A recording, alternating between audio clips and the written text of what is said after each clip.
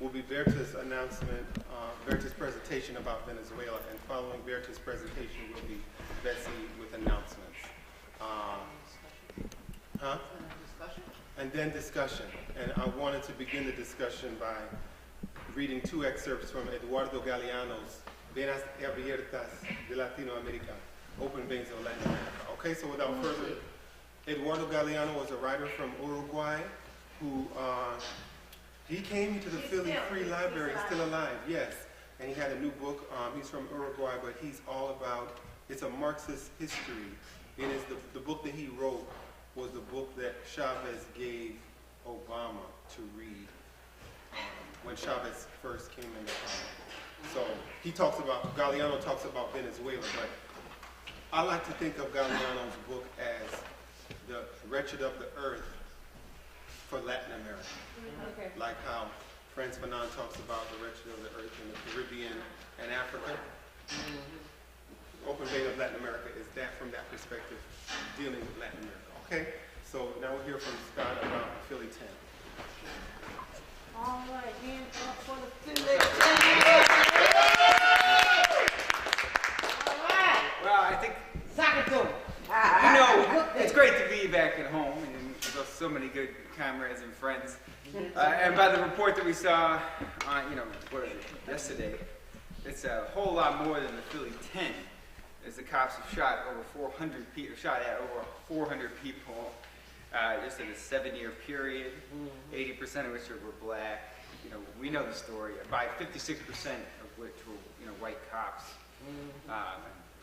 About 1 out of 5 was unarmed. So we know that, you know, there's a serious crisis, and we've all been paying attention to the Black Lives Matter movement here and participating in it. And it's good to have a chance to actually be connecting with a country that's really making a revolution.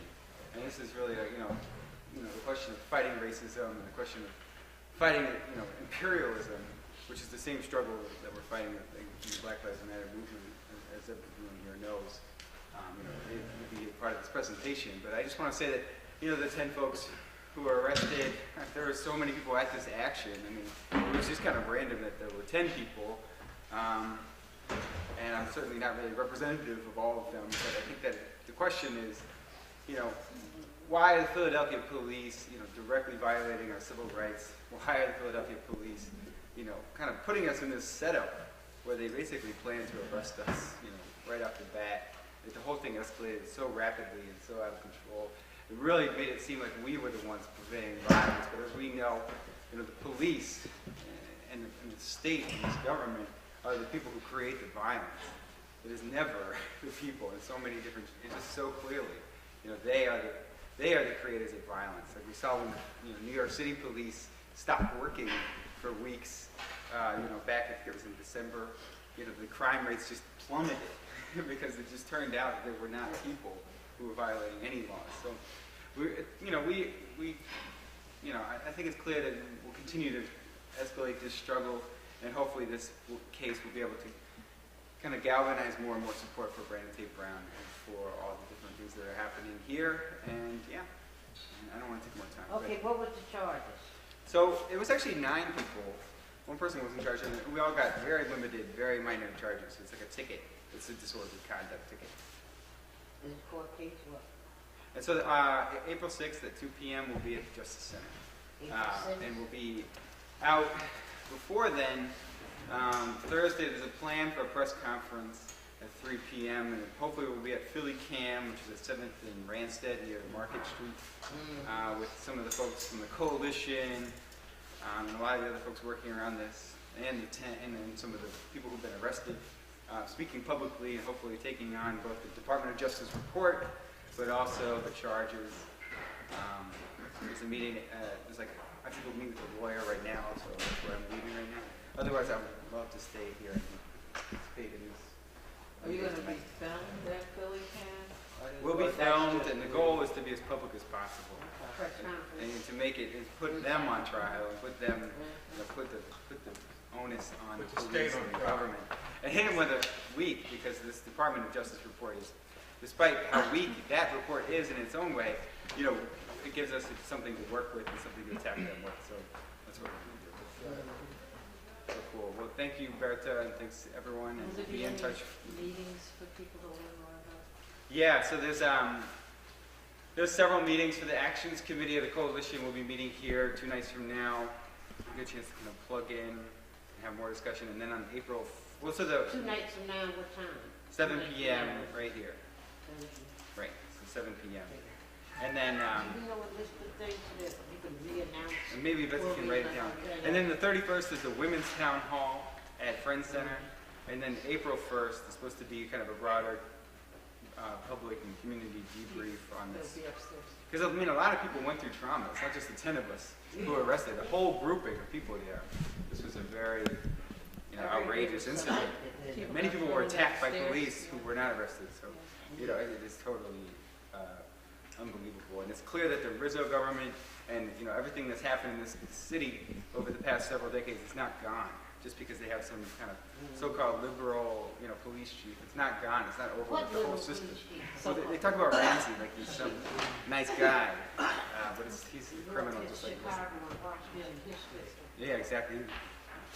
Scott, before you leave, the young man who just walked in with my cousin, I just showed to the bathroom, me and him had a long conversation last night because he was telling me, he just came in now, about a conversation he had with a loved one, and it was an argument because the video, which I saw and I commented in our meeting yesterday, gave the impression that the people who started the melee, that was the only thing we saw in the video, first the video started, then the first thing you see the melee, was instigated by people, the protesters from Philly Coalition for Real Justice. Can you speak to that? I would say that, Lieutenant O'Brien, the leader of civil affairs, is clearly the person who started it in my mind. He's the guy who kind of looks like, anyways, whatever. He's one of the leaders of civil affairs, the protest cops.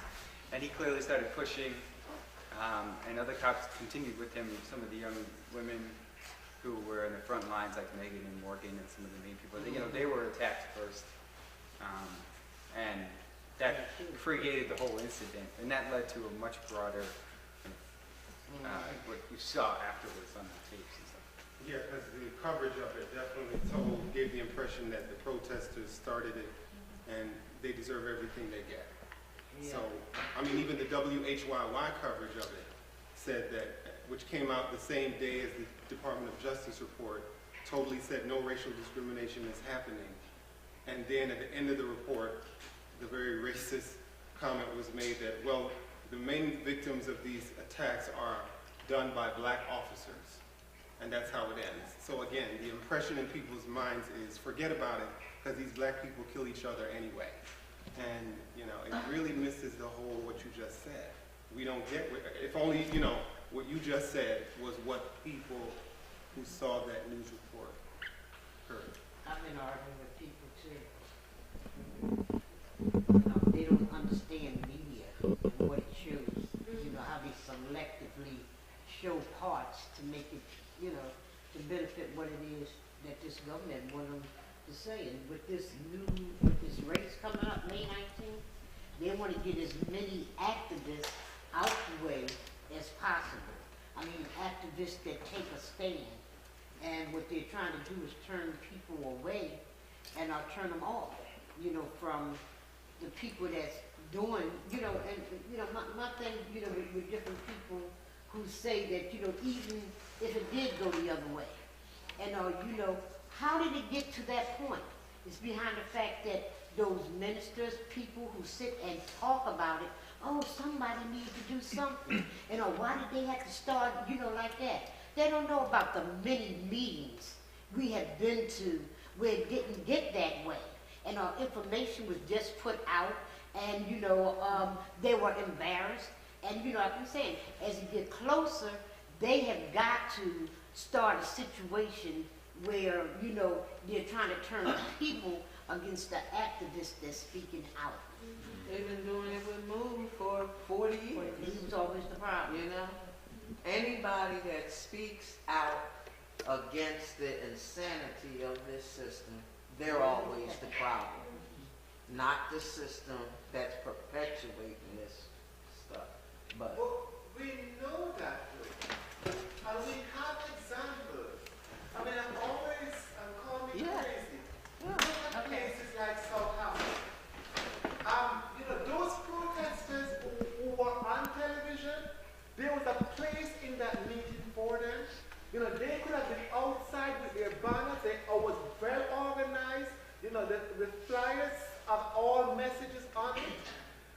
it's just the fact that they got emotional. Who? The ones I saw on Channel 10 got very emotional. See, he's going by what he saw on TV. But Yes. you wasn't there, were you? No, but I wasn't there. But that's, Well, that's the narrative. That's the narrative that people have. That's And what that's I the said. question. Yeah. You know, that's the question. How do you combat that narrative? Because it's live in living color. Unless you ask, you know, whoever the reporter is to release the full video, we won't know what went on there. They always gonna show that narrative. Yeah. Doesn't matter what we do. Right. Come on, man. But, you know, they showed cops killing people. And then they turned around and blamed, said it was the people's fault that the cops killed them. The brother that was choked, it became justified. So viewing don't mean anything. And people reacting, they shouldn't have been people. It should have been a whole lot of people on the outside, and it should have been people on the inside as well. At what point do it ever get to the fact that, you know, people, you know, stand up like they were standing up? And, you know, we've done that outside and holding the signs on the inside, and excuse me, may I speak? And the position should be very clear. These motherfuckers should not be coming into our community talking about police-community relationship, and you haven't given up the names of the cops who killed this woman's son, but at the same time, which is against the law, last week, 3 youth and, you know, 3 misguided youth killed the white man walking his dog. It's against the law to show those pictures on the paper. They had their pictures up there where they live, where their mothers live. But a cop can kill, you know, a family member, and you don't have no rights. I'm saying, and then they talk about police-community relationships. The only reason why that stuff keep happening because people don't take a stand. And I applaud again people who have the nerve, the heart to stand up there and take it from just talk to taking the action. Not for themselves, not that they wanted to be on camera or they wanted to disrupt. They were put in a position where you have to do these things. And it's about time that people start up, and, you know, stood up and start supporting the people That's right. that stand up against what's happening that's wrong. You know, no, I'm Jason, just, I I'm have to emotional. moderate because as chair, I have to make sure things are in order. And so I'll let you respond to Betsy first, then you. Joe and I were able to go to the press conference yesterday where they announced this Department of Justice report study on 8 years of the Philadelphia Police Department. We actually have a physical copy of the report. And this report comes to the conclusion that there's significant strife between the police department and communities in Philadelphia. But when you have shootings, 80% of whom are directed against black people, a majority of whom are between 18 and 23, by cops who are 60% white, you have a race war. You know, when they're happening at the rate of once a week, you know, excuse me, but, you know, that is a war. That's a war on black communities. And to sugarcoat it by implying that Ramsey's interested in solving the problem. Ramsey's had a couple of years now that Ramsey could have dealt with the problems and has done nothing. And it's only been because there's been a movement, whether it's in Ferguson or New York or Philly or wherever it takes place, there's only been because there's a movement that he's been pushed to have to say something about. And he will only carry through with the recommendations of this report, as limited as they are, if we continue to push him. That meeting took place last Thursday, 2 hours after Seth Williams gets on TV and announces that they're not going to do anything about the cops who killed Brandon Tate Brown. If that's not a provocation, you tell me what it is. So they had that meeting up in White Mayfair, knowing full well that protesters would come and there would be a potential incident they can create. And Ramsey wasted no time getting on the media and saying, see, this is why we don't give out the names of the cops who were involved. They've never given out the names of the cops involved, whether people protest or not. So we really have to not just take sound bites that are spoon-fed us by the media and say, oh, yeah. You know, I talked to people who were at that meeting who were not arrested, who got thrown down the steps by these cops. Women who got picked up and thrown down the steps. Was that on the video? Of course No, of course not. So Anyway. do you have any responses? Well, you can hold on to it because we're going to have a discussion after Betsy gives the announcement. So if there are no other comments, quickly we'll hear now. Thank you so much for the discussion, Scott. All right, Really thank you. thank Viva Venezuela, and Viva Chavez, and Viva Maduro. Viva Revolution! People be applauding, will be at the house, whatever, you know. At this time, Berta will present about Venezuela.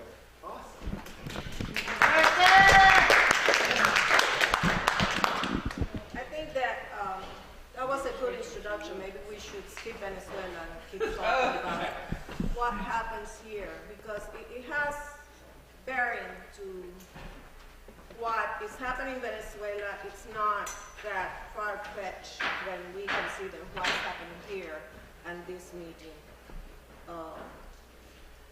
So, which actually takes me to the first question, because I wanted to put this discussion in the context of what's happening here.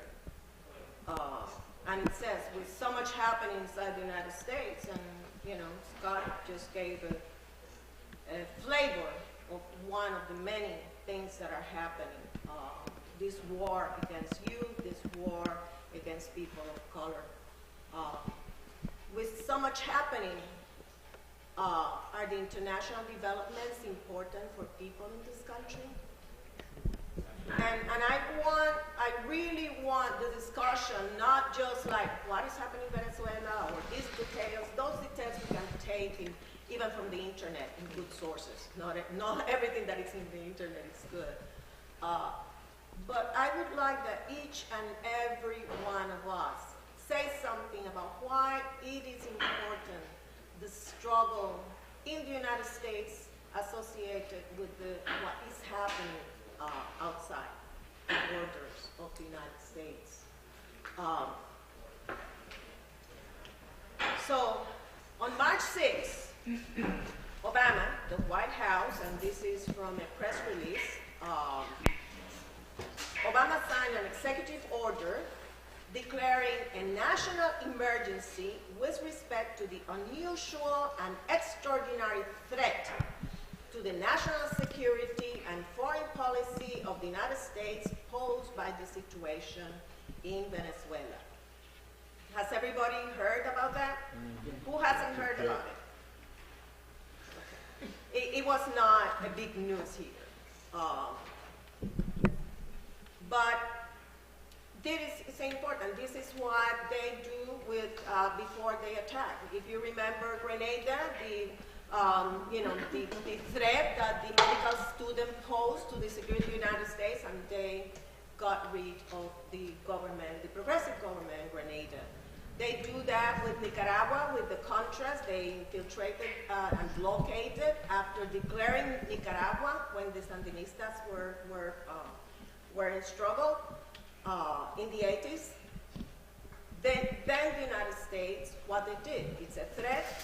They imposed blockade, and that blockade, and you know about the Contra and the crack cocaine and all these things that came back to roost in the United States. So everything that happens outside, and I think Martin Luther King has an excellent quote, a bomb drop, and it was during Vietnam, a bomb drop in Vietnam explodes in our neighborhood, something like that. I'm not quoting him that. But Venezuela, since Chavez took office in 1999, it has been a continuous threat to the United States. And when he declared that he wanted to go the path of socialism, that it really increased. And you know what is happening in Cuba, you know, the whole blockade that they, in spite of the quote-unquote increasing the relations now, they still blockade. They still have Guantanamo, occupy Guantanamo. So in this last December, two legislators from the United States proposed this law, and it was agreed and signed by Obama, and it was against Venezuela. And it's like the Venezuela Defense and Human Rights and Civil Society Act of 2014. And we are committed, and it says, we're committed to advancing respect for human rights. And can you believe that, or what happened just now in Philadelphia with Ramsey? Is that the human rights? So it's really the United States destabilizing role and hypocrisy. The United States never signed the American Convention of Human Rights. It had, you know, all the pictures of horrible terrorism in Abu Ghraib, in Guantanamo, and we can go on and on and on and on. Now, why are the reasons? Why is the United States doing this in Venezuela? And I'm going to try to be as brief because it's already almost, you know, close to 8, and I hope that we have some discussion. And the points are, Venezuela seems like a threat to the United States, but the threat, it's really the influence that Venezuela, when Chavez started integrating the regional blocks of the ALBA, of the CELAC, these are things that never happened. Even Correa said, this is not a time of change. It is a change of time. This is the time that the Latin America is no longer the backyard of the United States. And the United States cannot tolerate it because it's the sphere of influence since the Monroe Doctrine. So it's this influence of getting away, all these countries getting away from the control of the United States. Why is the United States trying to establish some relations with Cuba? Because the United States was completely isolated. Even the OAS, the organization, OAS in English, Organization of American States, yeah, in English, OAS, said that unless Cuba is part of the OAS, we are not going to meet anymore. And that really made isolate the United States. And of course, that influence, and at a time that it's a deep economic crisis, not only here, but worldwide, and it is head by the firms in the Wall Street. And all the instability. Pick a country that the United States is not involved right now. And so mostly these are USA-led destabilization and economic crisis. The other point is that the market interest. United States is Venezuela's trading partner. But now Venezuela is associating more, having more trade with China, with Russia, and with Iran. Compañero from Iran. And from Iran. And it has more influence in Latin America, and the United States is losing grip of the trade and the association. Not yet, because it is still big in all Latin America region in terms of trade, because it's so close. But also, these countries are trying to use another monetary unit other than the dollar. So the United States will lose that too. That is great. Also, it's a small screen to the whole terrorism by police in this country. All the killings, all the human rights, and it's like day in and day out. Every 28 hours, a black person is killed by a state force or repressive force. Just that fact alone makes the United States the most terrorist country in the world, with all the facade of democracy. Then there is the divide and conquer tactic that the United States tries to impose, because the CELAC, the ALBA, and all these country groups that are progressive, and we're talking about CELAC, for example, is the community of states from the Americas and the Caribbean, except the United States and Canada. So the United States was, kicked out. And these are countries that go from the left to the right. This is not like a homogeneous progressive bloc. And yet they are saying to the United States, stop the decree, the executive order against Venezuela. But the United States funds many of the opposition groups in all these countries, including Cuba, and of course Venezuela, in order to divide. So see, there is all these countries, for example, Colombia, Costa Rica, Panama, who are not left countries. They are trying to subvert and get them to divide from these progressive blocs, because as a bloc, it is a progressive development because it's not under the heel of the United States. In fact, it's against the domination of the United States.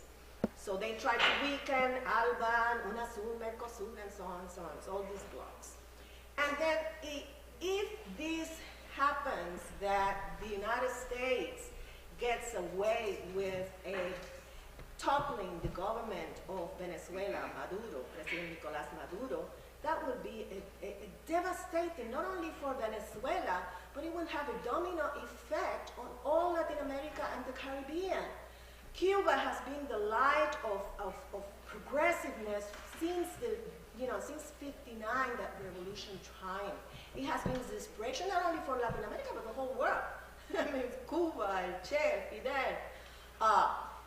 But Venezuela, the importance of Venezuela is that still, which is not a socialist country yet, they are trying to do socialism in spite of all the problems, but it is a country that is very rich, very wealthy.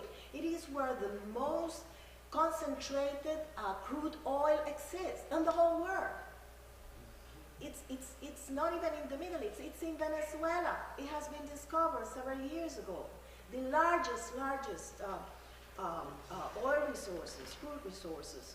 So this, and they have used that oil not only for the betterment of the people of Venezuela, but right here, I have a friend,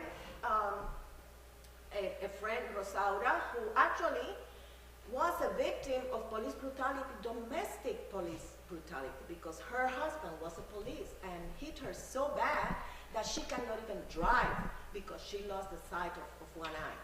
And this is another victim of police brutality in another way. But she said, Berta, I'm alive. Besides that, I'm alive because I was able to hit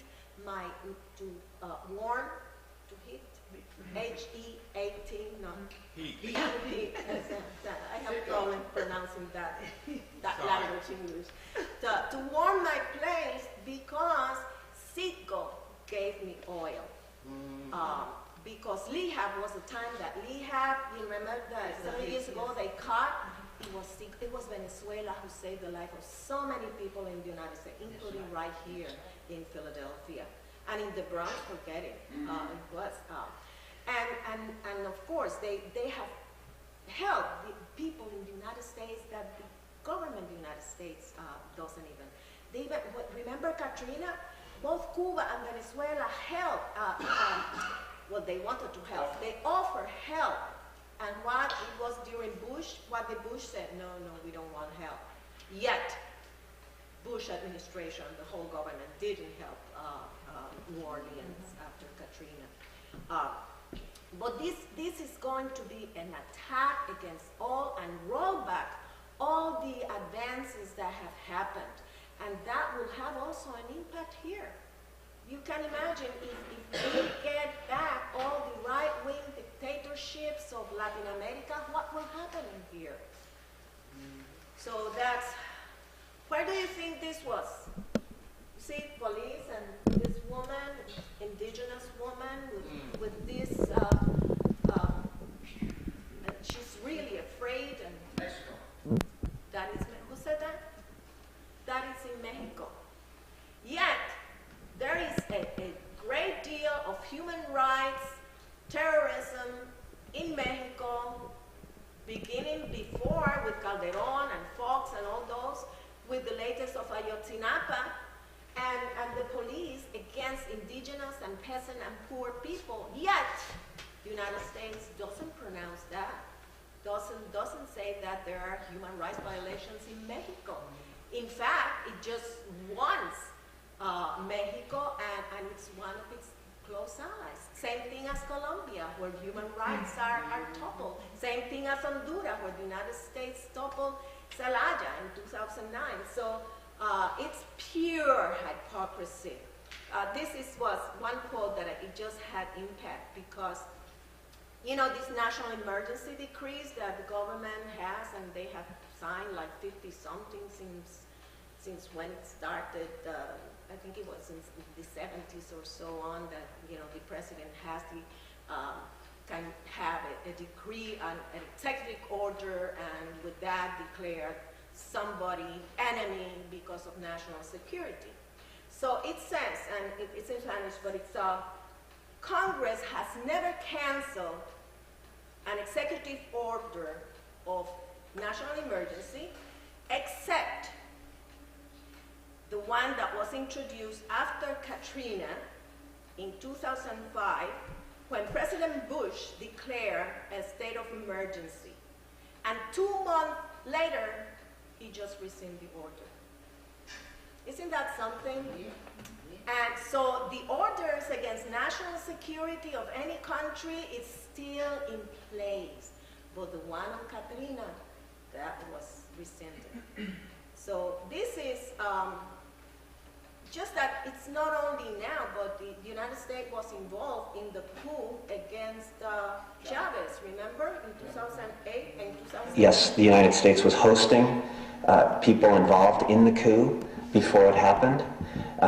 There was involvement of U.S.-sponsored NGOs in training some of the people that were involved in the coup. And in the immediate aftermath of the coup, the United States government said that it was a resignation, not a coup, effectively recognizing the government that took office very briefly until President Chavez returned. I think that there was U.S. involvement, yes. I just wanted that quote because we're not talking about progressive people saying that the United States was involved in the coup against Chavez. This is from the, what is that? One of these, Washington Post, which is not. Now, what has been the reaction of this decree? After Chavez died, President Nicolas Maduro had to take an insurmountable task. You can imagine how Chavez was loved not only in Venezuela but worldwide, and he was so charismatic, and he was truly a people's person. And he was a president that was loved. When he died, there were messages from Palestinian prisoners to everybody in the world who loved Venezuela and the revolution. So Maduro doesn't have that charisma, and he had to fill those shoes, and it's really it's a monstrous task.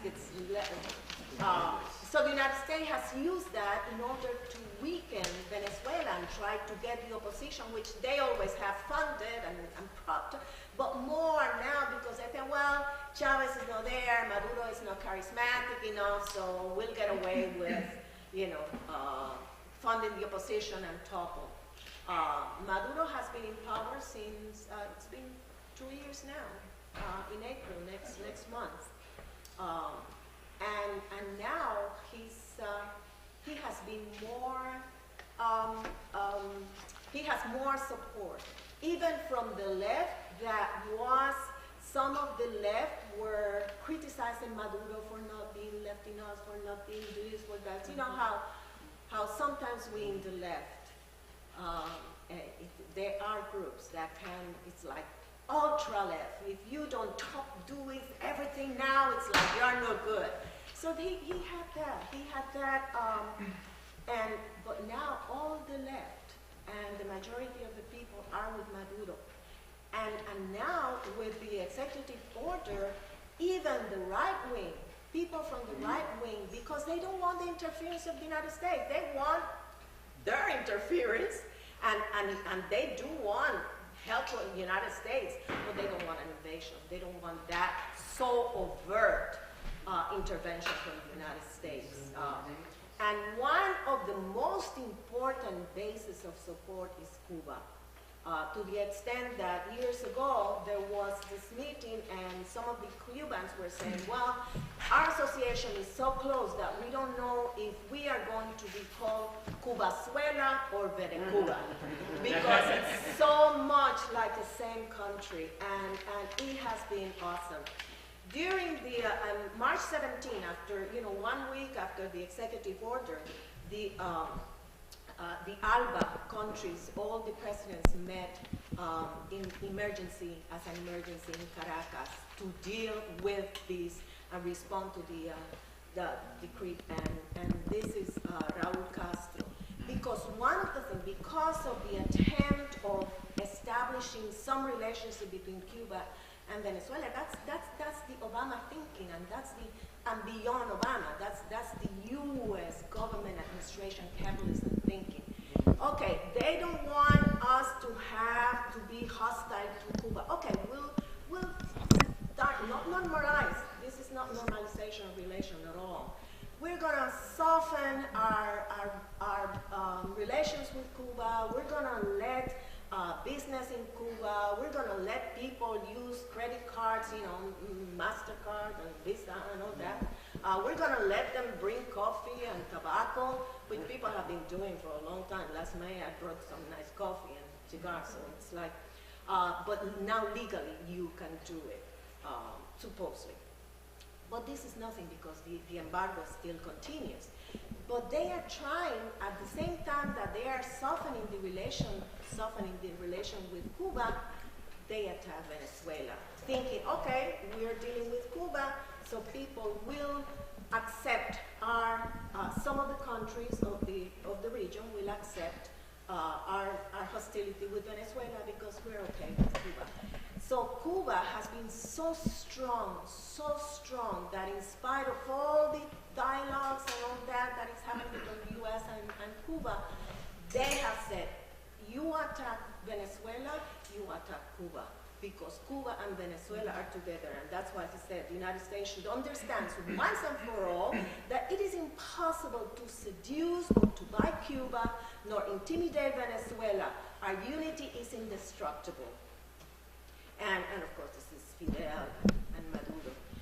One of the things, I was just in Mexico in a seminar of the Labor Party of Mexico. It's a left socialist party in Mexico.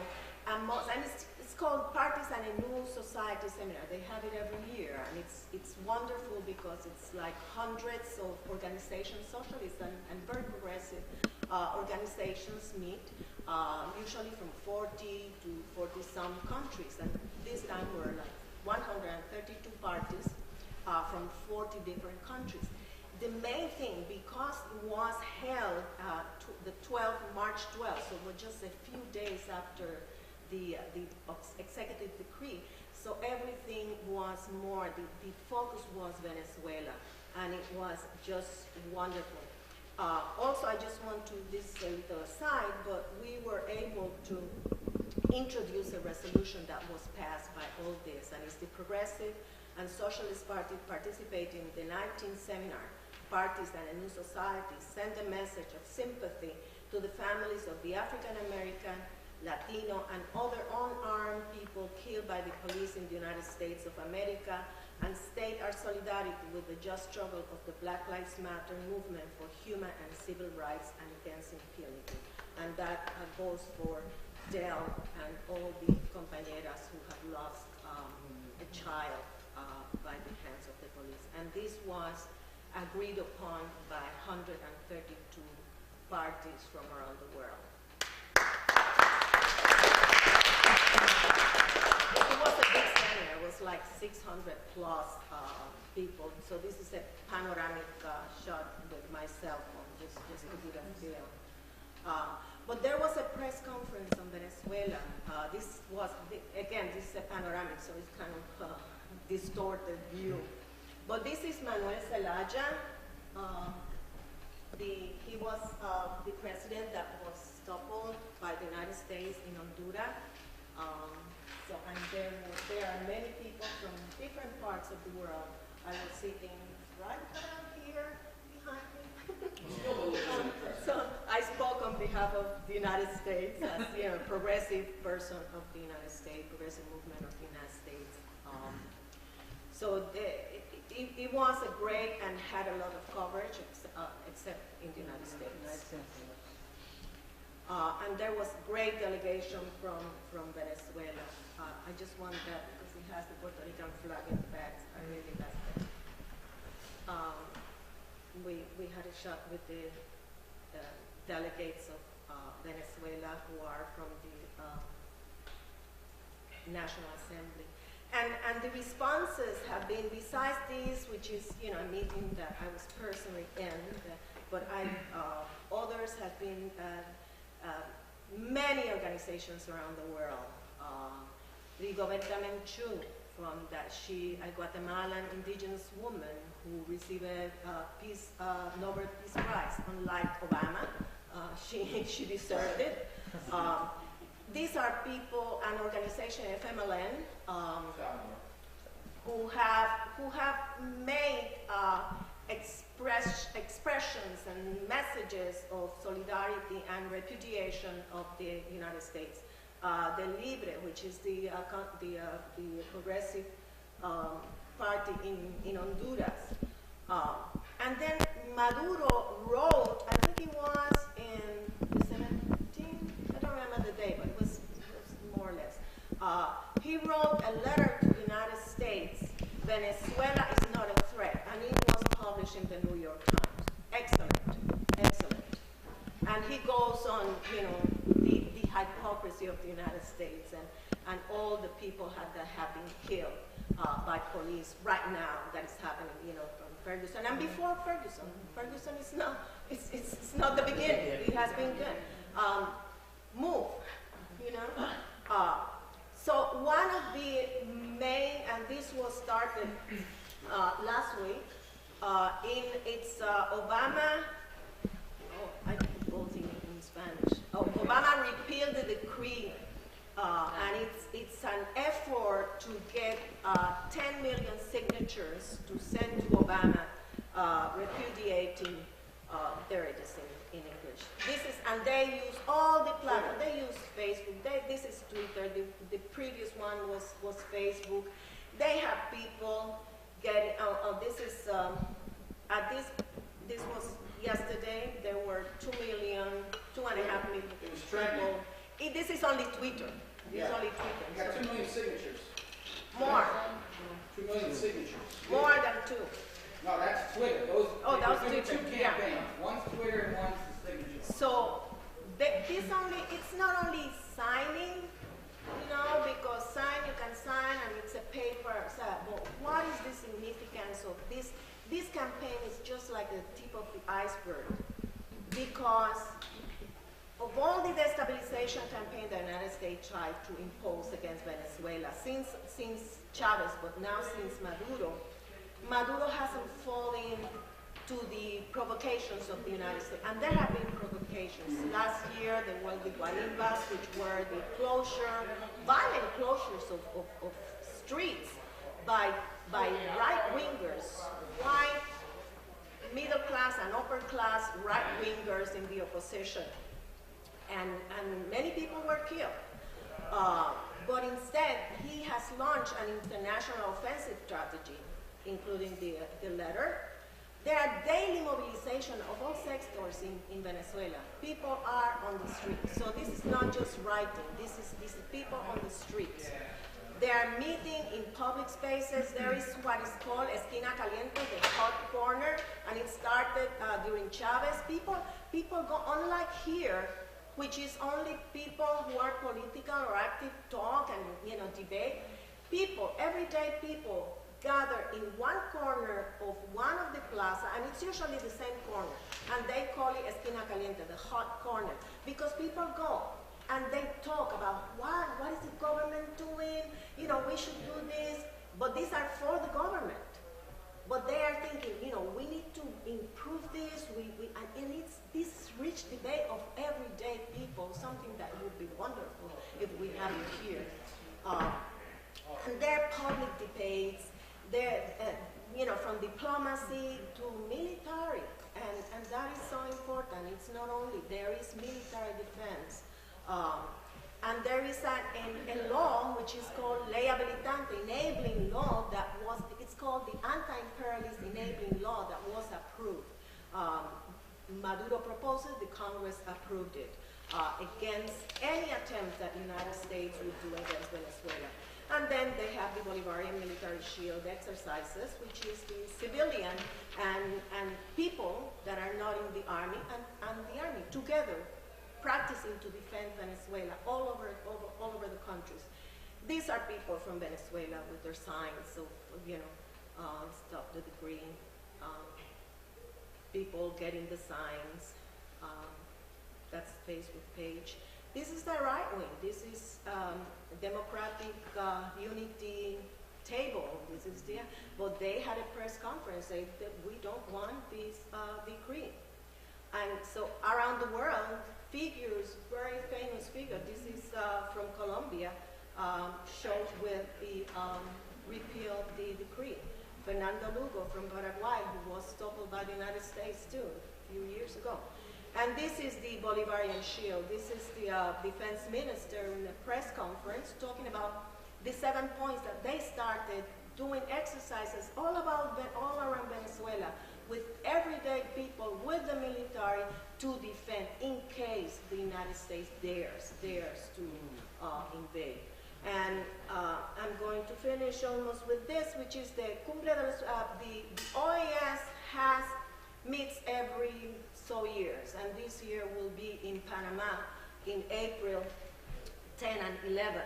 So there is usually a parallel meeting of people, the civil society, and but the Panamanian, which is the Panamanian government, is a right-wing government, so they have made an alternative summit of the people, but only with people that they allow.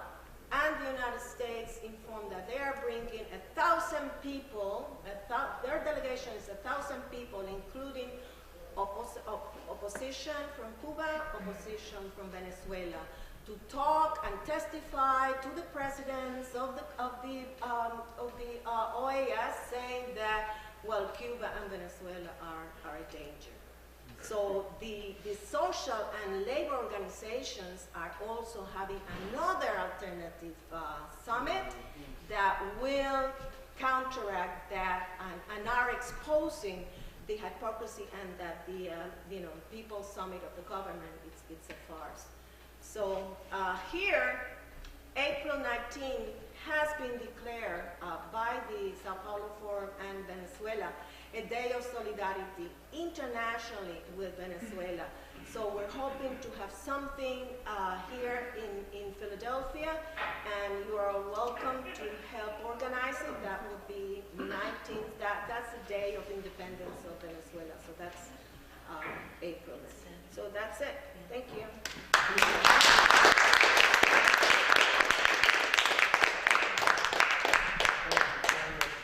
For your presentation. I hope we can remember what you presented and use it in our discussion. Now we'll hear from Nancy with the announcements.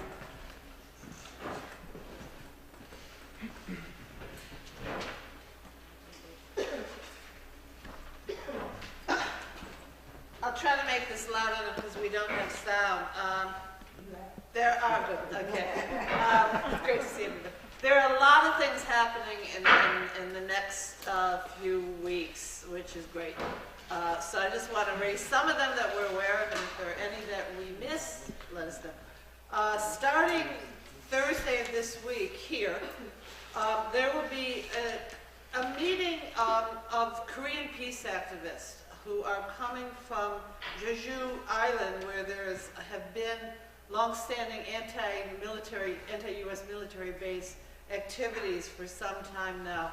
I think this is a situation somewhat akin to Vieques, Puerto Rico, where the U.S. had forces there, were using the land to do testing, were basically destroying the environment, threatening the lives of the people. And there have been consistent protests going on for some time, since 2007, that has resulted in hundreds of arrests, people being jailed, people being fined, and at this point, a military police occupation of 200,000 police officers that started in 2012. So people from that struggle will be here Thursday night at 7 o'clock. It's organized by the Philadelphia Committee for Peace and Justice in Asia, and the International Action Center is one of the host sponsors.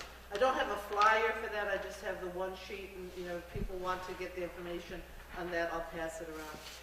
Saturday, and you can see Del for more information on this, there will be one of an ongoing series of monthly demonstrations calling for justice for Frank McQueen. Del Matthews, Frank's mother, has started these and is going to different sites on the last Saturday of each month. This Saturday, March 28th, it will be at 60th and Market, starting at 2 o'clock. Get there on time because they may not stay there. So, if you show up at 3 o'clock, they might not be there. So, try to make it by 2. Or see Del for information on how you can connect if you can't make it at 2. And we want to encourage people to support that. Also Saturday, Playgrounds for Palestine is having their annual fundraising benefit. It will be at the Sheraton Motel in West Philadelphia, starting at 5 o'clock. And I can give you information on that if you want to see me after. The one at 36 and Long? 36 and Chestnut. 36 and Chestnut, yeah. There's a cost, yeah. Although we have a couple of free tickets. $55. Yeah, we can offer a couple of free tickets to first go. But that's it. But Playgrounds for Palestine has built dozens of playgrounds throughout the West Bank, Gaza, and the refugee camps in Lebanon and other areas. Recognizing that children who are in a constant state of war, need that access to play and have some normalcy to their development. This coming Tuesday, there will be a gathering of the Real Justice Coalition to take up the issue of women as victims of police brutality and state violence. It'll be taking a stand against state violence against women, celebrating women laboring in Philadelphia and the region for racial, economic, and legal justice. And they're strongly encouraging young women in particular to participate in this event. That is at 6:30 at the Friends Center at 1501 Cherry, and we have some flyers for that on the table. Next Wednesday, April 1st, Scott mentioned earlier, there will be the coalition is calling a debriefing meeting with the 10 people who were arrested last Thursday. It'll be upstairs here at Calgary at probably 6:30, where people will have an opportunity to learn more about that case, talk about what the coalition did to respond, what was good, what could have been done better, and because we realize that this attack on these protesters and the 10 arrests are but the tip of the iceberg. And this is something, as the movement grows, we're going to see more of, and we need to be able to figure out how to respond as a unit and to have support for those who get arrested. The MLK Dare Coalition is having a Poor People's Campaign March to End Poverty on April 4th, starting at 1 p.m. at the New Vision UMC Church at Broad and Westmoreland, demanding $15 minimum wage, the right to unionize, and full employment. Now, there's flyers for that.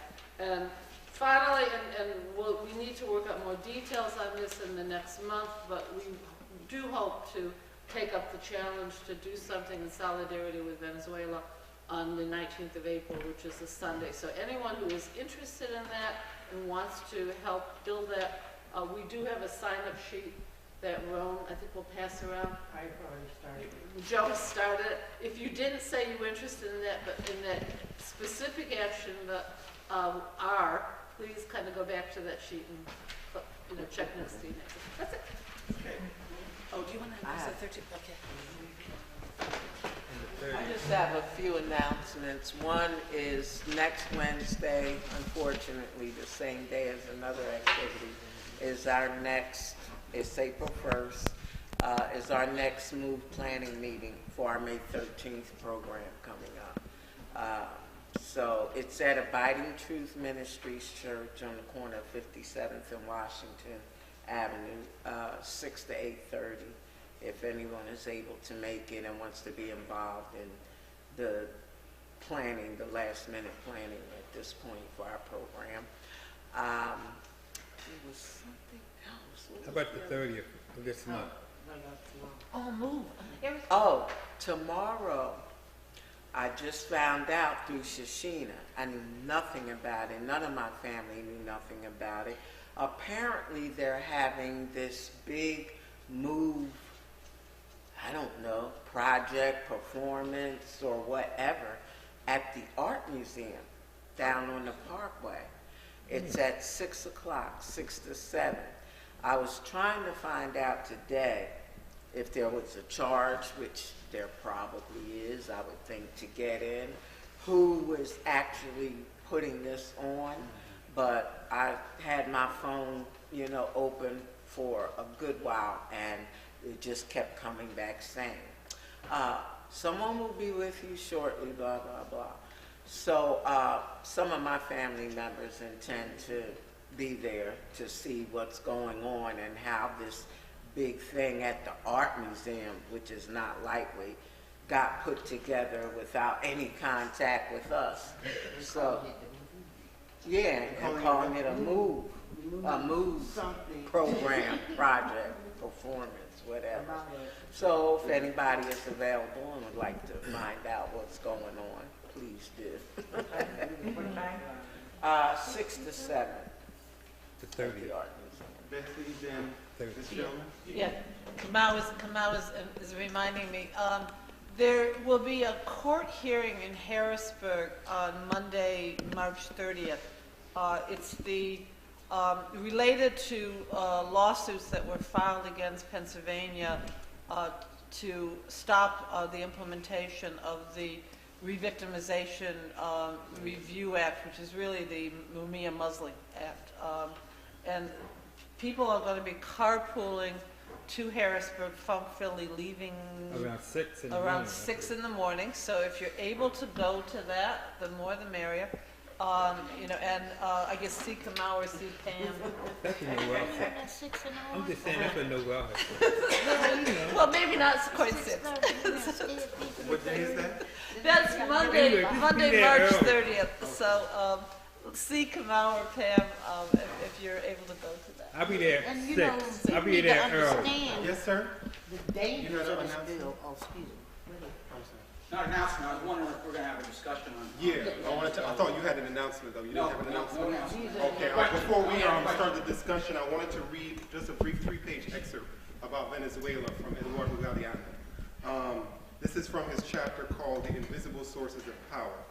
Every day, Venezuela produces 3.5 million barrels of petroleum to move the capitalist world's industrial machinery.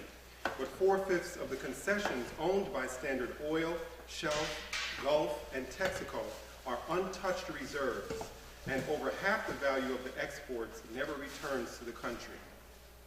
Creole, also known as Standard Oil, sends publicity brochures that point with pride to the corporation's Venezuelan philanthropies, much as the Royal Guipuzcoan Company proclaimed its own virtues in the 18th century. The profits milked from this wonderful cow in proportion to the capital invested are only comparable with those obtained by old-time slave merchants and pirates. No country has yielded as much for world capitalism in so short a time. The wealth drained from Venezuela, according to Domingo Alberto Rangel, exceeds what the Spaniards took from Potosi or the English from India. Some estimates put the real profits of Venezuelan oil concerns at 38% in '61 and 48% in '62. The difference is attributable to the juggling of accounts and to hidden transfers. In the complex mechanism of the oil business with its multiple simultaneous price systems, it is hard to estimate the profits behind the artificial reduction of the price of crude oil, from which well to gasoline pump always circulates through the same veins, and the artificial raising of production costs, which include fancy salaries and inflated publicity expenditures, abound. Growing unemployment sharpened the prices in the Lake Maracaibo oil camps. This lake is a forest of towers. Within these iron structures, the endlessly bobbing pumps have, for half a century, pumped up all the opulence and all the poverty of Venezuela. Alongside, flames lick skyward, burning the natural gas in a carefree gift to the atmosphere. Irony is a strong thing of his. There are pumps even in houses on street corners of towns that sprouted up, like the oil, alongside the lakeside towns, where clothing, food, and walls are stained black with oil, and even where whores are known by oil nicknames such as, quote, the pipeline, or another woman, the four valves, or the derrick, or the hoist. Here, clothing and food cost more than in Caracas. These modern villages of cheerless birth, but quickened by the euphoria of easy money, have discovered that they have no future. When the wells die, survival becomes something of a miracle. Skeletons skeletons of houses remain, oily waters lick abandoned shores, and poison the fish. That was, and he just goes on, but he talks about, Venezuela. I highly recommend this book. It gives you a colonial history of Venezuela. Yes? That book is what Hugo Chavez gave to Barack Obama. Right. The first time he met him, hoping that Barack would take that book to heart instead of what he just did the other day, which was to, falsely accuse Venezuela of human rights violations, right? The day after, he, as Berta was talking about, the day after the Cuba not normalization, the Cuba Act was signed, he does the Venezuela thing. And Berta very rightly, exposed how, this divide and conquer thing is about how U.S. has lost so much position in their backyard because of Venezuela's leadership.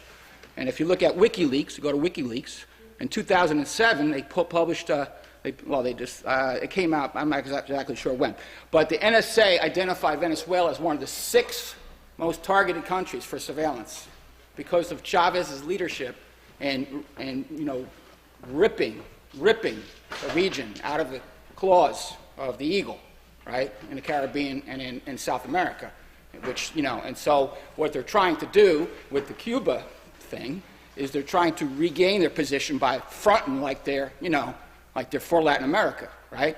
But as Berta said, this has been fully rejected by Raul Castro, and the other countries in Latin America, Rafael Correa in Ecuador, Evo Morales in Bolivia, okay? And so, this is a counter, this is a counter Venezuela move, okay? Because Venezuela has been politically, weakening the Yankee Empire, right? And, I just got back from Venezuela in January. My son's there right now, okay? He writes for Venezuela Analysis, venezuelaanalysis.com, okay? And it's, probably the best English website, all right? And what the media isn't telling you, like Sister here was saying, they're attacking Maduro, well, he's a dumb bus driver, but in Venezuela, the working class people have power for the first time. So him being a bus driver is a good thing. Like, I'd rather have a bus driver than a Harvard, lawyer. You know what I'm saying? Straight up, because I know my man's got my back, you know what I'm saying? And, the Afro-Venezuelans and the native peoples of Venezuela for the first time, had a leader in Chavez who the white elite, who the U.S. backs, who Obama backs, tried to, kill. Because let's remember, they had him and they were trying to kill him after he refused to resign, right? And the people rose up. And right now, there's same old things going on again, right? There was a coup plot in January that was uncovered. The U.S. media is making out Maduro to be crazy, like he's paranoid, right? Okay? There was a coup plot, okay? They got the recordings of the coup plotters calling New York, calling the generals. They have the recordings of the right-wing opposition parties talking about the coup plot. They had written up a document that they were going to use and announce to the people after they overthrew the government. They already had written that up after consultation. So they have the recordings, but of course the U.S. media is not telling us this and makes it look like Maduro is crazy, right? Like they're nuts or something. And also, they're using the Colombian government and paramilitaries to penetrate Venezuela and assassinate Chavista leaders. Just 2 days ago, a socialist leader was murdered along with his son, assassinated. Another deputy of the Chavez party, they foiled an assassination attempt on him a couple weeks ago. And we know that Robert Serra, who was like the strongest young leader, 27 years old, Chavista, he was assassinated, okay, by Colombian paramilitaries in December. So that we will know when we get the documents 20 years from now that they were behind this. They're behind assassinating the best leaders. And, this plot, part of what they were going to do was they were going to assassinate Maduro. They were going to bomb the palace, so there was a lot of evidence that was produced that the Western media didn't show you. Okay, so don't believe the hype, right? Don't believe the hype, what they put on the media, right? Okay? And who kills more black people, in South America, right? The Colombian government. It's got the Colombian government, it kills more black people, just like here. The same thing going on, okay? It's the police forces trained, by here in the United States, and the militaries and the paramilitaries that are killing black people in Colombia. And that shit don't go down in Venezuela now. Do you see what I'm saying? Okay, but of course they don't tell us this. So, VenezuelaAnalysis.com or Telesur, and check it out. And now in English, right. So, like I said, I'm sorry, I'm nervous. I'm nervous. But, you know what I mean? But I got to represent because because I ain't letting this go down without my big mouth getting open. I deeply apologize to somebody who is a native from the Caribbean that the human rights community have taken a blind eye to this. Anybody knows me, know that's not me, trust me. I am not one of the most loved persons, but this is, this strikes back to me because I can name you a dozen or more countries in the Caribbean that fit the terrorist bill. I can name them, I'll name them afterwards. I won't sit down and name them here. And I can name you the atrocities that goes on right in America's backyard. 100 miles from from Florida lies one of the most terroristic nations in the world. And Jamaica, I can say it. Jamaica, Trinidad, and I know that they're trying to make this ISIS thing, which is a hoax, by the way, but good for them. If they had stopped killing people, then maybe some other folks would have backed them, and this. When you say them, you mean good for Jamaica being called part of ISIS? And yes. The U.S. moving in because of the problems that Jamaica is having. Right. Okay, I just want to clarify that. Right. Yeah. When when the Jamaican government in 2010 killed 200 of their own citizens, tortured them, it was with the blessings of Hillary Clinton's State Department. The U.S. drones was flying over, and until now, we are yet to get the documents. I have just coined a letter that I haven't seen it yet. I apologize. I will send it over to you. One of the content of my letter, which I don't think they'll respond to, was to make those videotapes available to the human rights community. Those are some of the things, and again, I deeply apologize. I'm in solidarity with what's going on. And with Panama, there are many other little nuances. Brazil is having some serious issues that are not being looked at, not being talked about, that is fueled by some of our own folks here. So thank you all very much for what you're doing, and whatever I can do to help, please let me know.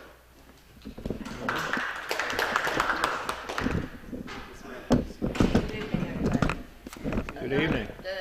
I'm the one that's doing the protest on Saturday. I'm Dopey Matthews. What we're doing is, we're more so, it's not just about my son, Frank McQueen. It's about taking back the streets. And what we're doing is we're going to start at 60th Street. You got to excuse me, I just had a cookie. Yes, sir. We're going to start at 60th Street, then we're going to walk down to 52nd. There, I'm hoping to have Tanya, as well as Dorian Manning, his mother. And what I'm trying to do, Akia, and I'm trying to get people from neighborhoods to be drawn in that have been victims that haven't been heard about. That's the purpose of taking it to the street, because you have violence and police brutality all over. And like Berta said, Cuba and Venezuela, did I pronounce it right? Yes, they're going to get together in unity. They're not letting nothing stop them. They're indestructible. That's right. And I'm going to remember that word. And if we gather in unity, we'll become indestructible against all of this police brutality. So after that, I'm going to Germantown and Shelton. And I don't know where I'm going to go after that. But I'm going to keep going and going. And I'm going to different neighborhoods the end of each month. Or each month, I'm going to be doing something out there. And I'm hoping you guys join me. And it's maybe just 3 women up there at the beginning. But I'm hoping after that, maybe 5. then 10. And it keep growing and growing. People, I've been going through a situation where some of the parents that have been victims, they think, because, you know, don't get me wrong, when you lose your child, you grieve for their death, but they don't stop to think that the children that have been victims of being hurt, that have not been killed, still doesn't leave a grieving process for that parent. You know what I'm saying? With Darian Manning, his mother didn't lose him, but I've been talking to her quite a bit, and she's hurting just as much as I am. And I talked to her and I explained to her, my son may not be here, but you'll be looking at your son every day with what he went through. So therefore, it's not no, you do this, you do that, you shouldn't grieve. Violence and being a victim is being a victim, whether your child is living or is deceased. So when, like I said, I don't want you to think that I'm just out there fighting for my son. Because 98% of the time, I probably will be. But I'm not going to put anyone else on a back burner, because we all got to get out there and fight together. I can't do this by myself. I would probably stand with you. And I'm going to say, you know, here, I mean, I don't know if you can do it, if you have the courage to do it. I know, and I deeply apologize for your loss. You know, somebody was being beaten unconscious by the police. I know what it feels like. If you can give me something in writing, or maybe have somebody do it with your son, we'll be more than happy to put it up on our website in solidarity. All right. And that's reaching a whole different audience. See, the thing is with my son, one of the problems that Tanya's having, I'm still having. I haven't received any information yet. I know the police who've done it because they said my son shot the cop, but I don't have any proof that he's done it. I don't even have his driver's license back. You see what I'm saying? This is the good thing with our audience is we're used to that. We're used to not able to find the body. Right. And I'm also out there trying to push the fact that I can't speak for anyone else, but me, I as an individual, I am sick and tired of hearing that word, it was justifiable.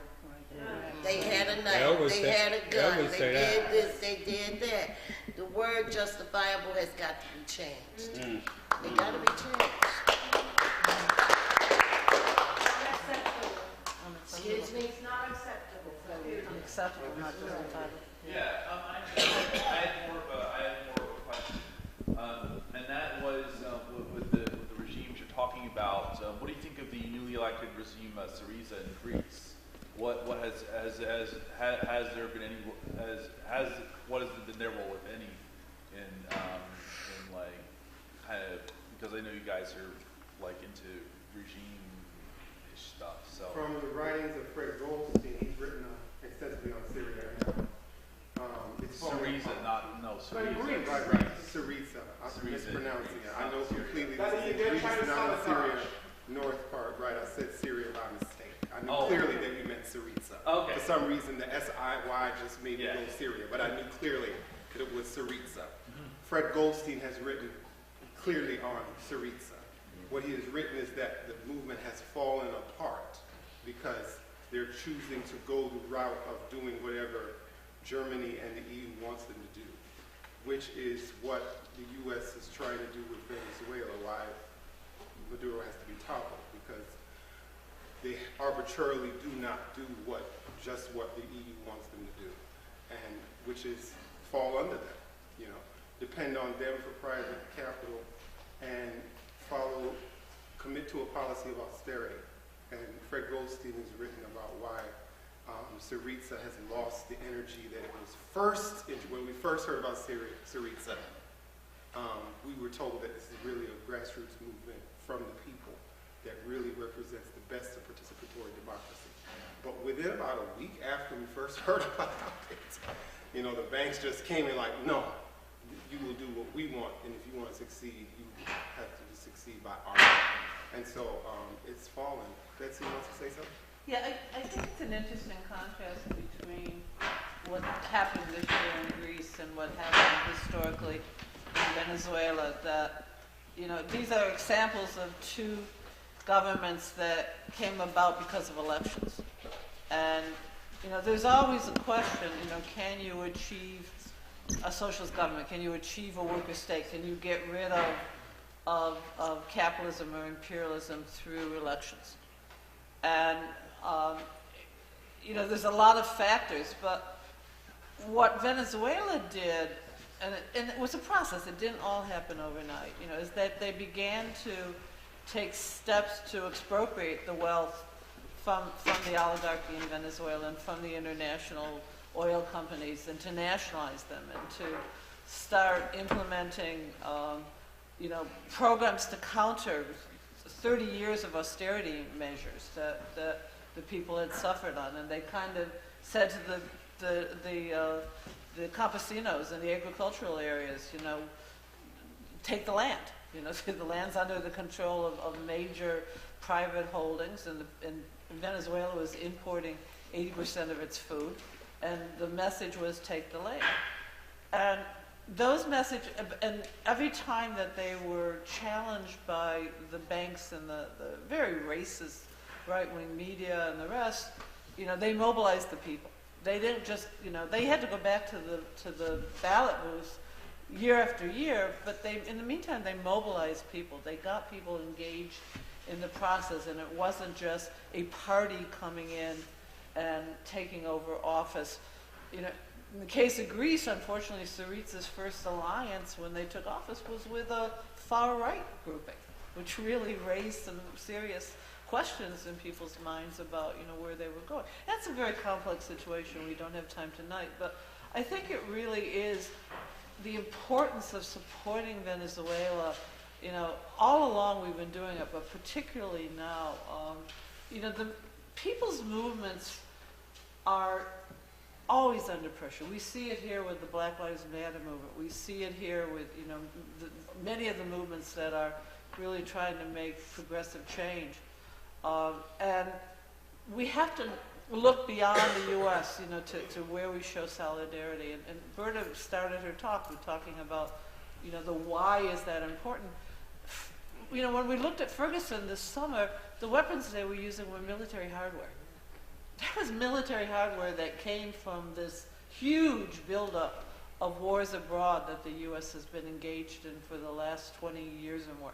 You know, and we're going to see more of that. You know, and it is connected. It's connected in so many ways. But we here need positive examples of struggles that are being won. Because otherwise it's like, oh, you feel, you know, you're always under the gun. But you also have to realize that people, when they unite, they can win. And that's what we want to support. Ms. McQueen said, yes.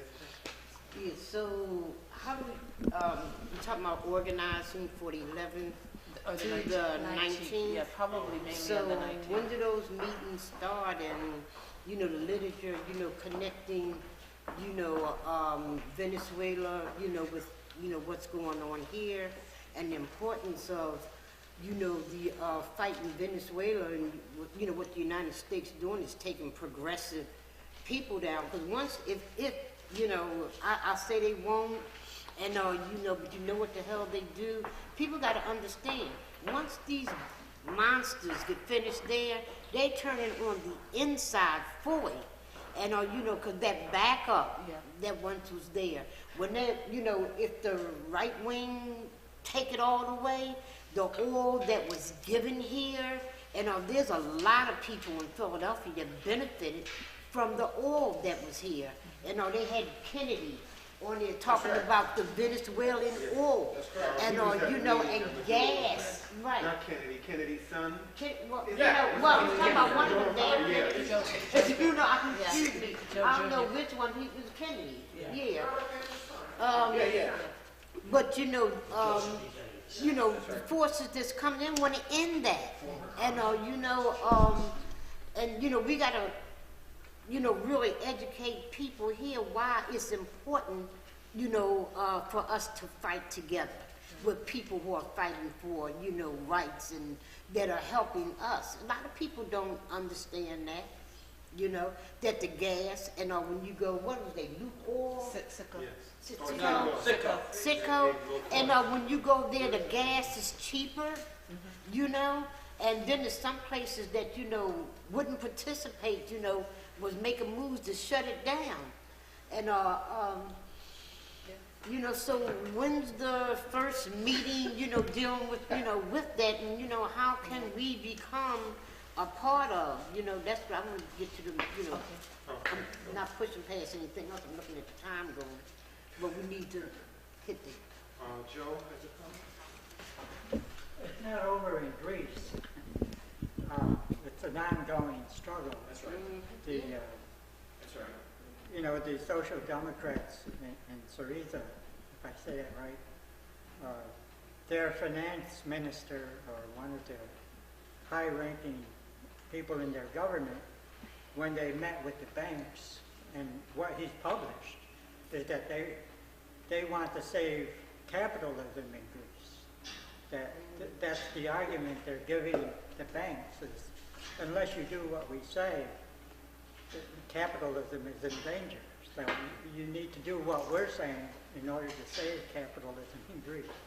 Well, the people might have a different idea, you know, and what they need is socialism, and get rid of the capitalists and create a government that's for the benefit of the people.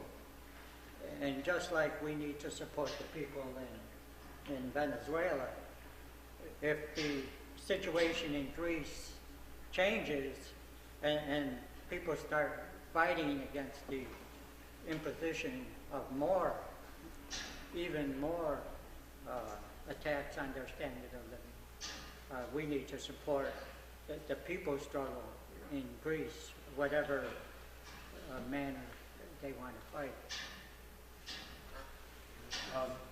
I guess, would you say a similar thing about Brazil, about what's going on in Brazil with the party Trabajos and have like a right-wing backlash and such like that? Would you say they made the same mistake as Syriza in Greece? Well, Brazil, it's very different.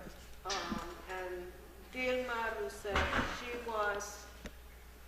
was once a revolutionary. She was in the guerrilla. She has made a lot of concessions to the banks and to the oligarchy and to the foreign corporations, U.S. corporations. Right. That there is a lot. I mean, it's complicated because there are many contradictions. There was a big demonstration by the right wing, but there are even new parties from the left that are rising because they want to. You know, in the last presidential election, they wanted to run against her because of all these concessions and really, you know, some things have improved, mostly with Lula, you know, before Dilma, but she has made too much. She has gone so much to the right that, and it's ongoing. The PT, I don't think it would be the, you know, it's not, there are factions in the PT also.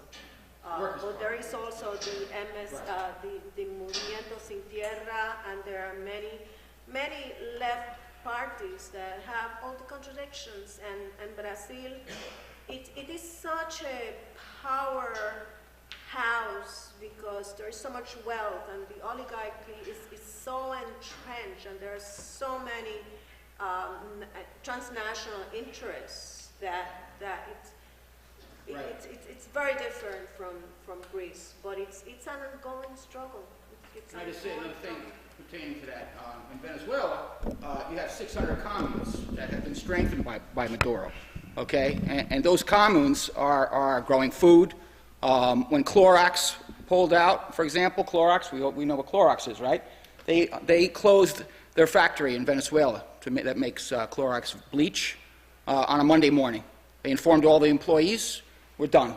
So the government took it over, and the workers are running it now. But like in the countryside particularly, this commune movement has been growing, and it's definitely like one of the new things that Chavez really, it came from the people, but Chavez recognized it and promoted it, and Maduro, to his credit, has expanded money and credits for agriculture to the communes. And so my son, who's a reporter in Caracas, he went out to a collective, and they were making soap. They were collectively in the community because there's been these shortages because of the economic war and some of the distortions of the economy caused by the exchange rate. That's a bigger conversation. But the people are organized, like Berta said. Like, it's not like signing a petition here. They are bringing people into the streets, in plazas, and all over Venezuela. Okay, so it is a mass movement. And Obama has picked up a rock and dropped it on his feet. Okay, this has completely backfired in Venezuela. That even the opposition can't say nothing. Okay, even the opposition, they're not for this. They want an invasion. I have to disagree with Bert a little bit on this.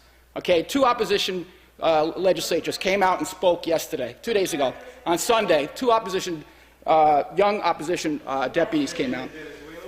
Venezuela. But Capriles, who has a condo in New York City, the opposition leader of Venezuela, he has a condo, a $1.4 million condo in New York City. He's got his little parachute, right? Okay, their opposition leaders aren't saying anything right now because they're so politically isolated, because the people have, as Berta said, have come into the street. Every day there's a different union, different sector of society in the streets. Do you understand? So it has aroused the people against U.S. imperialism. And then, Raul, that statement was in Venezuela. You saw Alber, came to Caracas, Venezuela, and they repudiated. Raul repudiated to the United States, okay, what's going on here. So it has aroused the people of Latin America even more. So this is a very fertile time for us to go on the offensive. Maduro said, instead of talking about human rights in Venezuela, Obama, what about the human rights of black people in your country? Hello. Okay? All right. And, so go ahead. I just wanted to kind of. Yeah, I just want to say 2 things. One, the opposition is not homogeneous in Venezuela. There is the far right, which is represented by Capriles and Leopoldo Lopez, Maria Cochina Machado, and Cochina, Maria Corina. Cochina is pig in Spanish. So okay. I turn and say Maria Cochina. She met with Bush. She met with Bush. And Leopoldo Lopez and Ledesma. Ledesma and Lopez are in jail now. For good reason. And they are the ones that the United States, poor political prisoners that they are. I was watching a Telesur documentary yesterday, and they show the terrible conditions under which Leopoldo Lopez is in the jail. He has access, and I'm thinking, does Mulia has any of this? He has access to a gym. Yep. He has a computer. You see the room where he's. It's like the one of the mafia when you go to the jail here. Books. That you have what is his name? The mafia had like a really nice room. He gets exercise time outside. In a gym. In a gym. He goes in a gym. He goes outside. He The has wives access cry. to. But let me finish, brother. All I these saw the same things, video. and this is the civil rights, and this is a person who is responsible for the death of people in the Guarimbas last year.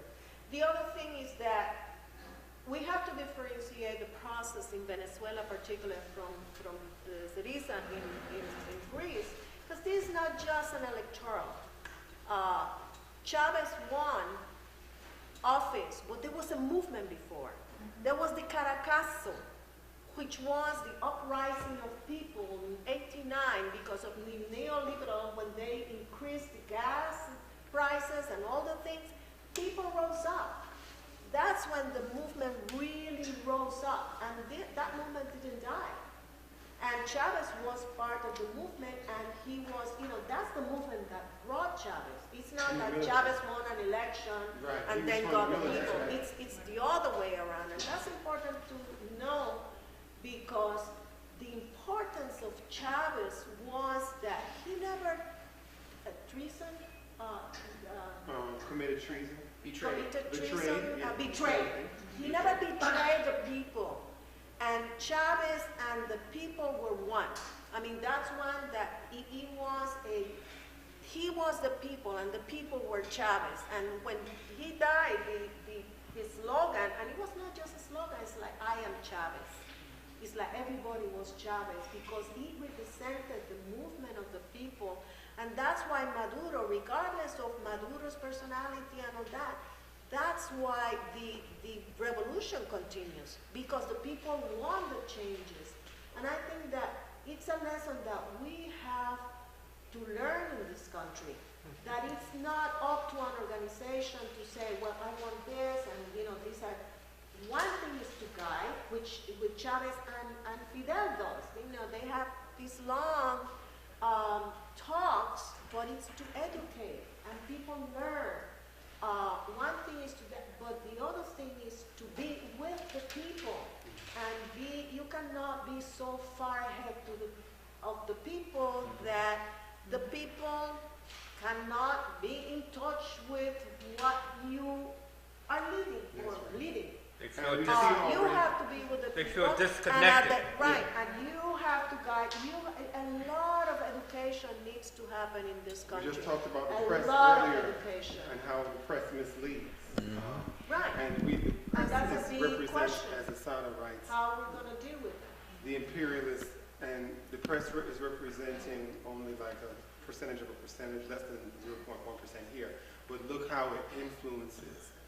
People are thinking that what happened on Thursday was started by the agitators and not connecting, what happened to move to Venezuelan and how, what Venezuelan people are fighting is the same enemy of the ruling class. We have about 5 more minutes left. I want to respond to Pam's question. Okay, then Jason.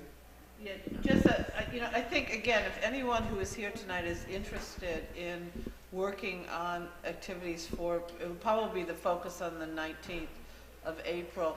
To let us, it's a Sunday, yeah. To let us know, check by your name. Unfortunately, there are almost meetings every night between now and next Wednesday. So, I think we're going to have to kind of really look at the calendar and try to figure out when we can fit in that kind of meeting. Are you guys meeting on Wednesday the 1st? Yeah. You are. I mean, it may end up having to be something like April 2nd, which is a Thursday.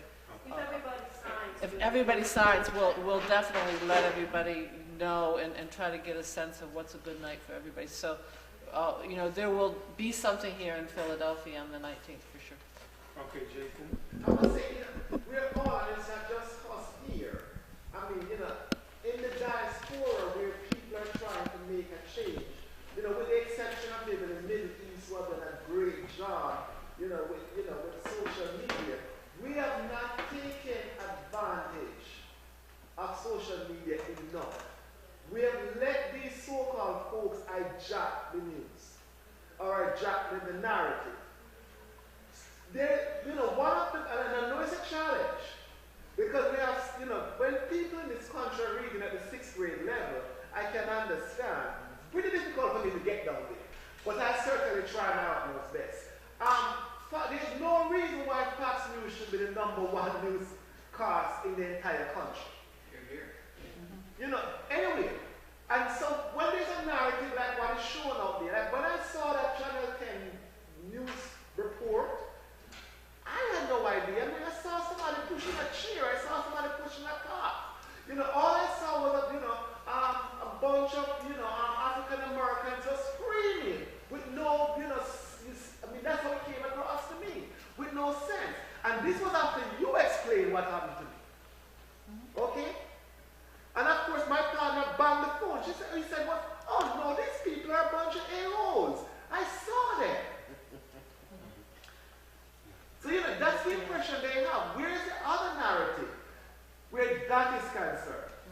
But I just have to say, there is another narrative, but as a black man in America, anytime you see other black people outraged and howling and screaming, you should assume that there's something wrong happening here. Oh, I know To that. those Believe people. me, I am trust me. I mean, I am you can born with it. assume that. I've only seen it here. I've seen it in other Yeah. countries. Yeah. And trust me, she did a very good job of explaining it to me. I mean, I only had one version first. Sure. I didn't see the news article until afterwards. I want to let other people who have not spoken speak. Is there anybody else who wanted to say something but didn't? Okay, sir, you have your hand up. Yeah, I just want to say about just a This will be the last comment. brief little note about Greece is that like there has been an anti-austerity movement there, and it's not like just came in and like there was a build up. There's anarchists there, things up. But anyway, there's also a lot more diversity among Syriza coalition. Not everyone is in agreement with the austerity that some of the government caved to. But more I'd like to stress that like it isn't just about regime change. It's also about resisting the policies where you are. Resisting those policies. Like there we have austerity, here we have like cuts in public schools, and it's this same sort of thing. So you don't always exactly need just like a government change to resist the policy. Yeah, I mean, that's definitely the narrative of the mainstream is that what you said, I mean, the regime change will accomplish what's needed when, like you said, it's the whole system. It's not like Obama, who represents somebody who's supposed to lead us to believe that he's the real change that we've all been waiting for. No. We've seen for these 8 years now that he is as vile, if not more vile, than George W. Bush and wants to spread imperialism on steroids to Cuba and Venezuela. So, yes, it's not just changing the figurehead, but the whole system. Any other comments? Okay, thank you so much for coming, and be sure to support us on that level. We have a picture we want to take. Oh, okay. Could we all take photos to remember this event? And we got Oh, we want to signs. send that to Venezuela. Oh, yes. Can you explain The that? picture that you have,